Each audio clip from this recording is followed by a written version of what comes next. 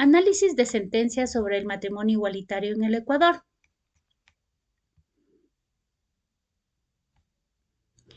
Empecemos con la introducción.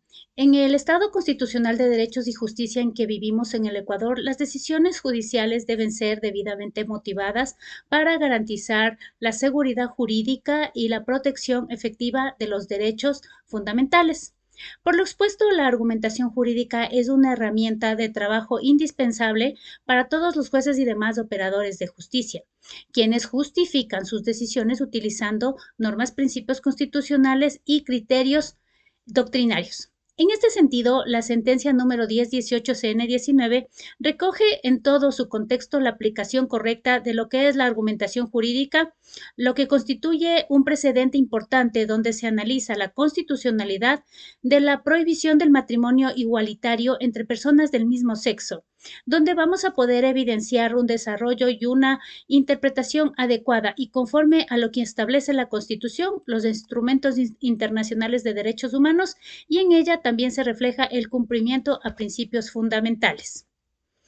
En los antecedentes de este caso tenemos que dos ciudadanos ecuatorianos solicitaron contraer matrimonio en el registro civil en Ecuador. El registro civil les negó la solicitud de matrimonio, negación que se sustentó en el artículo 81 del Código Civil que dice: el matrimonio es un contrato solemne por el cual un hombre y una mujer se unen, y en lo que establece el artículo 52 de la Ley Orgánica de Gestión de Identidad y Datos Civiles, donde señala que quien celebra el matrimonio tiene autoridad como servidor público para celebrarlo, pero previo a celebrarse el matrimonio debe verificar que se cumplan con las solemnidades legalmente habilitadas y las personas estén legalmente habilitadas para contraer matrimonio, es decir, ser hombre y mujer en cumplimiento al artículo 81 del Código Civil, porque es una unión monogámica entre hombre y mujer. Ante esta negativa, la pareja de ciudadanos ecuatorianos entonces presentaron su acción de protección, donde la jueza que conoció el caso estimó pertinente para ello elevar una consulta a la Corte Constitucional.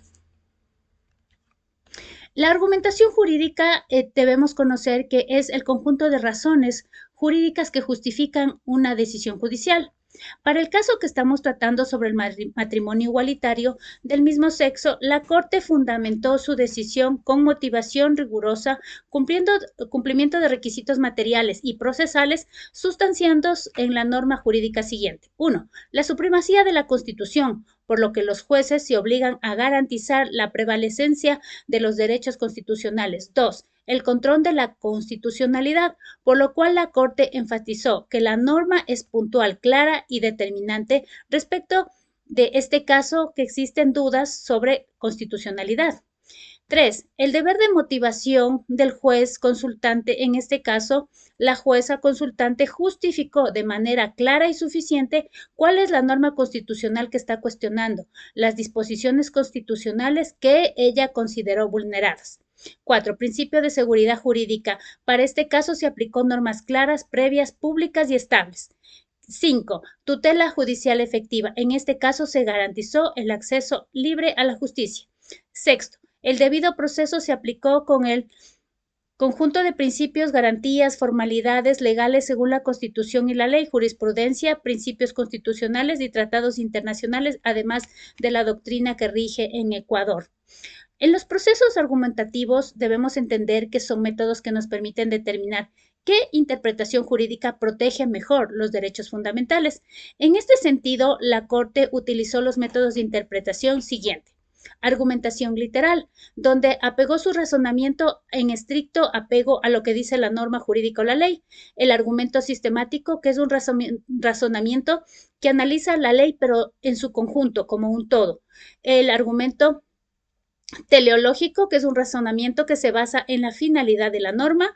El argumento histórico, que es un razonamiento de la norma ayer y hoy, es decir, un comparativo entre lo que pasó históricamente y lo que actualmente sucede en la época contemporánea.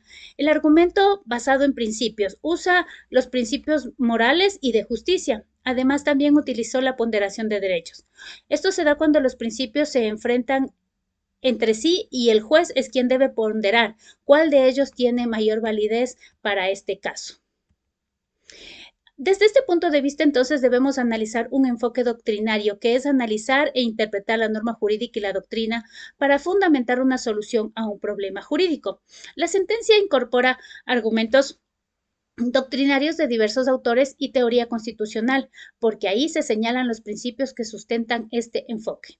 La sentencia incorpora argumentos doctrinarios de diversos autores y la teoría constitucional, porque ahí se señalaron los principios que son el Estado constitucional de derechos, la supremacía constitucional, el bloque de constitucionalidad, principios y valores constitucionales e interpretación conforme a derechos fundamentales.